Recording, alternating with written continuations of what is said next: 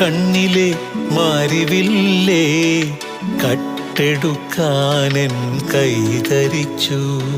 തൊട്ടപ്പോൾ മഴവില്ല് തീൻമഴയായി, ആ മഴ ആദ്യാനുരാഗമായി.